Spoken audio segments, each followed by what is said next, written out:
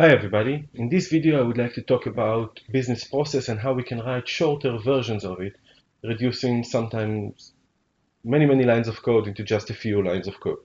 And then we look how to apply these refactorings to existing code in case we want to. So let's say that we want to have a code that will go and get an order and count the number of items that that order has. Let's have a look at it. Let's say that we have orders and order details, and we'll have order 10248, and we want to get 3 as a result, which is the number of items in that order. So let's do it first of all in the old way, or in the way that the migrated code migrates to. So I'll add a folder, call it utils, and I'll add a new business process, new template business process, and I will call it count items in order. Great. So this is my business process. I will choose the order detail table. I will say from OD. Okay, I will make a count. I will do a leave row and we'll count it on the leave row. And I will expect a number, order number, and say where add order detail, order number, or ID is equal to order number, the parameter, which I'll then rename using Control RR to order ID. And eventually I will return a number, return count. So this is the way this code would look more or less in the migrated code, and this is the way it's also being trained to accommodate the migrated code. Let's go ahead and use it. I'll go to the program, which is the first place that runs in the code. I will say here a var count equals new utils count items in order dot run with the number of orders that we want, and I will make a message box that will display this count. And eventually I will return because there's no point in continuing here. So let's run this and see what we get. 3. Perfect. And if I give it another order number, I will get 2 because that order has only 2 items. So this is the starting point. This is the counting orders the long way. Great. So let's go ahead and improve on this. Let's go ahead and write a shorter version of our business process. And you know something, just for the sake of clarity, let's put all of this in a separate class so it will be easy. We'll do here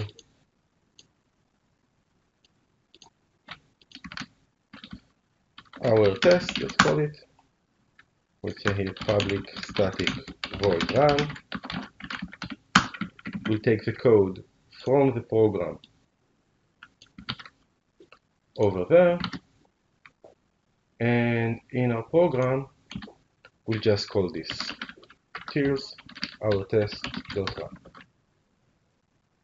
and we can see that we get the same result. Now the reason I've done that is because I want to handle code that is clean. I don't want to go ahead and talk about other elements in the code that we don't care about at this point. Just want to have 2 lines of code in front of me. Great, so let's commit these changes. Counting rows the long way. And the long way is valid because the long way is scalable, and in the long way you can do many things in terms of complexities and stuff. But a lot of the times the problem is really simple. I just want to count the rows and I can simplify on that. So let's go and see how we can simplify. Let's put count orders on the right, and let's put it here on the left. Well, this long class that actually takes 32 lines of code inherits from the business process base. And the business process base class is a class in env that all that it actually does, it wraps around the Firefly box business process base class, business process class, sorry. And if we can search for it here, let's go and open a tab and say dev fireflymigration.com, sorry, reference, and we'll search for business process, Firefly box, business process. We can see that it's a class that handles what business process base actually wraps. Okay, and if we look at the members here, we see that it has adder columns and bind key visible, and a set of events and everything else. So let's see how we can use that to make our code a lot shorter. So the first thing we want to do is we want to have our own business process. So I'll start with using Firefly box, and I will say here, new business process. This is the first line. I've defined the business process. I don't need the entire class or anything around it, just defining the business process. Okay. Next thing I want to do, I want to use the OD, order detail, as its main table. So I'll take OD over here, and I've defined it as the main table. Or I've defined it as a table that I'll use. In the previous code, we said from equals OD. We can do the same over here. I'll replace this parens with curly parens and say from equals OD. Okay, so if we compare the lines, this line is equivalent to this line, and this part of the line is equivalent to this line. Great. Next, we want to handle the only row. Okay, in the code here, we override the only row. Well, the business process class has an event called only row. So let's first of all define number count equals 0, just like the one over here. And we can change this, we can leave it as number. And we'll say here BP dot, and we can look for its event. You can see there are many things here. One of the events is leave row. So I'll say leave row plus equals lambda count plus plus. So this line over here replace these lines over here. Great. Next, we need to handle the where. So we'll say here, if previously we said order 10249, we'll say here BP where add od.order ID is equal to 10249. And I can just as easily receive this as a parameter if I want. So this line over here is the equivalent of this line over here. Great. Next thing we need to do is run it. So we'll just say bp.run. Now we'll delete this code because it calls the preview task. We don't need it anymore. And let's run it and see the results that we'll get. We're getting the exact same result. But now instead of having 32 lines of code, we only need 6 lines of code to achieve exactly the same thing. So this is where you start, and you can see that the business process has everything that the business process base has. It has all of the events, like load, or start, or saving row, and all of the properties, like where, relations, transaction scope. Everything is within our control, and it's completely equivalent to use the business process base. The business process class, it actually even has a less overhead, minorly less overhead than the business process base. And when you follow business process base down to its inheriting members, if we go to definition and keep going up to definition, we can see that the business process base actually has a business process in it. And everything that the business process base does is just calling that business process class. So whenever I'm doing something, you see here I'm handling the load event, the end event, the start event. So we're actually doing the same thing, just in less lines of code. Great. So let's commit this change and say changing from class to business process draft 1. Great. So let's continue with this. Let's take it a bit further, because even this can sometimes be too much. Let's see how we can actually make it shorter. We notice that there are common cases that you will do often. You will commonly say leave row and run together. These two lines will often come with the same, often come together. So for that, we've created a special method called for each row. And then I can take what was in the leave row and put it here. Now it's completely equivalent. So instead of having two separate lines of code, one for the only row and one for the run, we put it all in the same one. Let's run it. Perfect. So the current scenario is iterate all the rows. So we see here BP for each row. It's just like having leave row and run with the same command. Let's see the changes from the previous version so we can track it. Removing these two lines and creating this one. So replaced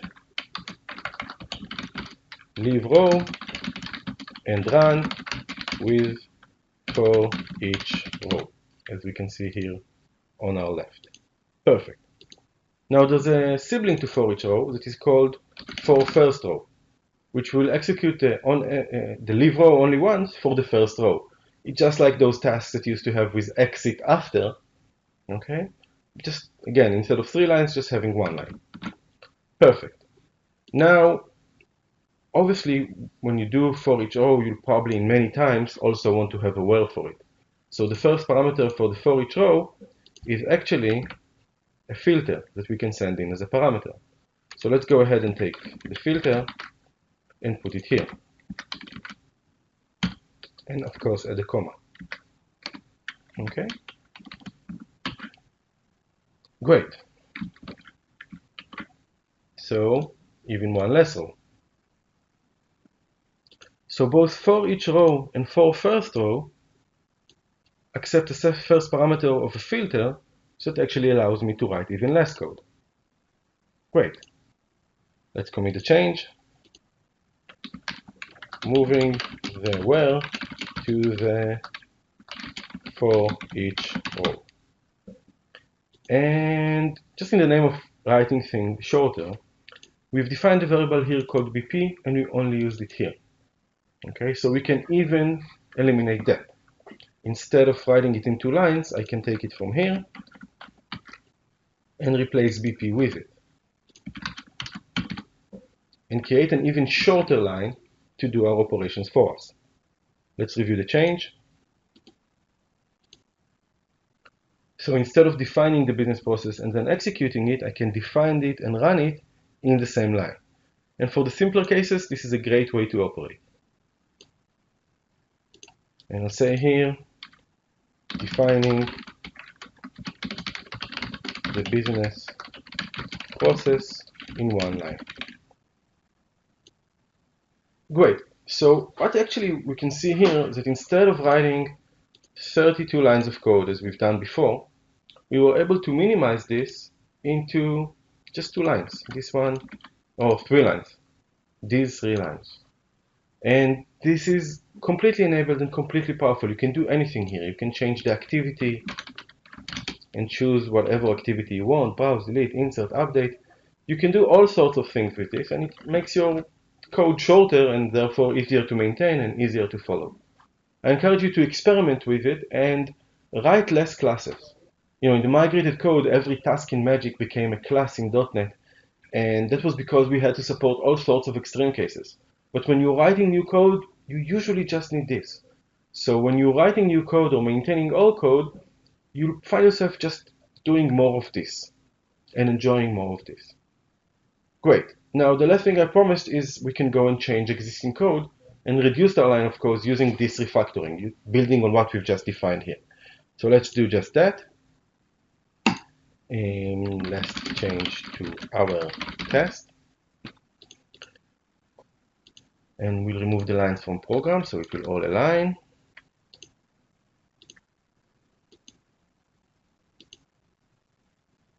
Perfect. And let's go to orders. And we can see that in the orders we have the order details, and we have down here the total. Okay, the total that is defined over here, which gets calculated with a subtask in Magic or an inner class in .NET. Let's look at the code. We can see here that in the show orders class, we have 2 inner class. One for the detail that shows the inner UI controller, and another for the total. That is just about getting the total, nothing else. And you can see here everything that it does, and we can see that it takes 44 lines of code. So let's reduce these 44 lines of code. We'll start by seeing where it's used. and we can see that it's used just in one place over here. Great. Now in the following video, we're going to complete this refactoring, reducing all of this to one line of code and even moving it to a better place to use.